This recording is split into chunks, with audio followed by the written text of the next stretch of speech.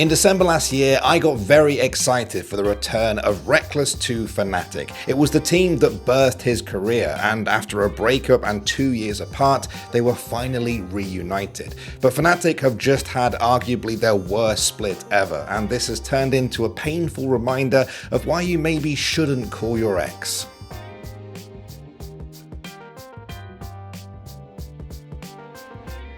Alright, so even though things aren't going too well for Fnatic right now, he is back in the LEC, so there's a good chance we'll be talking about him a few other times throughout this year. If you like the sound of that, then make sure you are subscribed to the channel, and if you enjoyed this video, leave us a like, it really helps. Cheers. Alright, so yeah, last December, the big news everyone was talking about was Rekkles returning to Fnatic. A lot of League fans will already know the significance of that, but for those who aren't quite up to speed, they have a lot of history together. Rekkles was really there for the beginning of Fnatic's presence in League of Legends. With him as their AD carry, Fnatic won 5 of the first 6 splits ever of the EU LCS. Together, in 2018, they eventually reached the peak of League itself when they made it all the way to World's Grand Final that year. It was a big shock when Rekkles joined Fnatic's fierce rival G2, but despite all of the hype, they just didn't click as a team and failed to qualify for Worlds 2021. Then we had all the drama with G2 benching Rekkles, where he later alleged that because of that, he was earning just 6% of his usual wage. On top of that, he accused G2 of setting his buyout figure too high for other LEC teams to acquire him when he decided to leave. With no realistic LEC options on the table, we saw Rekkles head off to the LFL to join Carmine Corp, the tier 2 French team that were dominating the scene and whose fans fell in love with Rekkles upon his arrival. Not only did he thrive on that team and help them to a European Masters Championship, they also both wanted the same thing, to make it into the LEC. Unfortunately, it wasn't to be. In October last year, Carmine Corp's owner announced the team had been unable to secure an LEC spot for 2023. And that brings us to this season, where Rekkles rejoined Fnatic for his 5th stint with the org in the last decade. Some called it the return of the king in the north. Rekkles said he regretted ever leaving Fnatic in the first place, and there was a sense among some fans that although this might not mean an immediate return to the glory days, it was where he was supposed to be. Home. Of course, the reason I'm talking to you guys right now is because so far in 2023, it's not been the fairy tale homecoming that some people expected. The CC lands, and despite the massive recall from the feathers, Rekkles cannot stand toe-to-toe with Exakick. Fnatic cannot stand toe-to-toe with SK Gaming, and Fnatic are eliminated at the hands of SK. With that loss to SK on Monday, Fnatic finished the LEC Winter 2023 split with a 2-win, 7-loss record, leaving them unable to qualify for the playoffs. This isn't just bad, it's historic. Fnatic have never failed to qualify for playoffs in 10 years of playing in the European League. No matter how bad things have got, Fnatic have always managed to scrape through and get playoffs. Until now. Not long after that game, Rekkles posted a fairly emotional video to Twitter. Hello everyone. I wanted to record something fresh right after the loss. Mostly to say sorry for everything. Hasn't been a good start to the new year. Rekkles went on to say that far from contributing to their success so far, he felt like he contributed to their failure. Yeah, I really wanted to say sorry for not being able to deliver. I haven't played good. I don't think I have been able to contribute much to the team's success. In the contrary, I think I have actually probably contributed more to the team's failure, so it's a tough moment for all of us, for me to go through, for all of you guys, I guess, as well to go through. So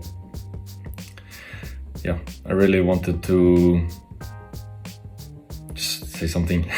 There were times during that video where I thought Rekkles wanted to go into more details about how he really felt the split went and what went wrong. But ultimately this video just felt like a way of apologizing, clearing the air, and letting people know that he does plan on doing a stream further down the line to share some more detailed thoughts. So, What the hell happened to Fnatic then? Well, of course, there are some people out there that feel that Rekkles was at least a part of the problem in some way. Some people point to his small champion pool as being something that makes a lot of games for Fnatic difficult to play before the match even begins. And this is something that even former G2 teammate Jankos agreed with on some level. Rekkles doesn't play a lot of champions that are like giga OP in the meta. But others, such as LS, have, at times, firmly pointed the finger at Rekkles' teammates. I wonder, like, what it takes for Wunder to have gone from one of the best Western top laners to just one of the fucking worst.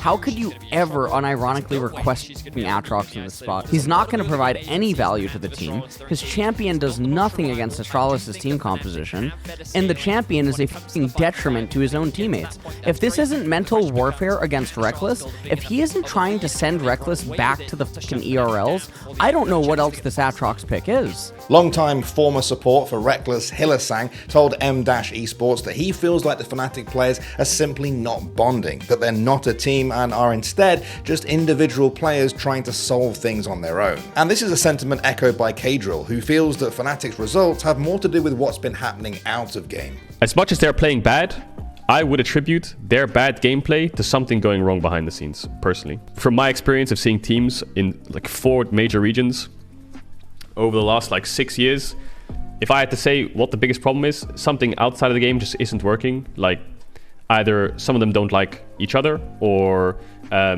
the mood is just bad and there's no one to bring it up. There's even been talk that the solution is for Fnatic to move the inactive Upset back to the starting AD carry position and move Rekkles to the support role.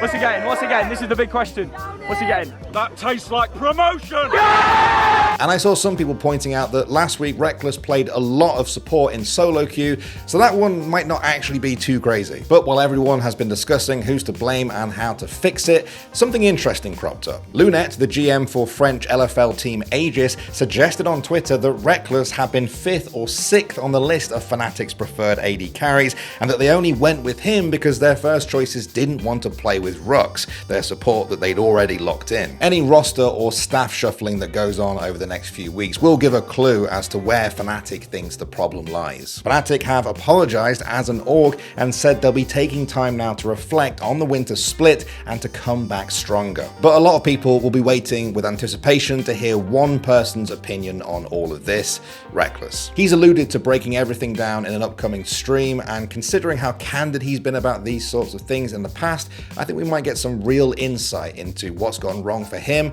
and for Fnatic. It's just funny looking back at that video in December where I was like, he's back, the king is back, it's gonna be great, it's gonna be sick, everyone get excited. Oh man. I think it's just a blip, personally. I think that hype video I made, it will stand the test of time. I believe. I've got to believe.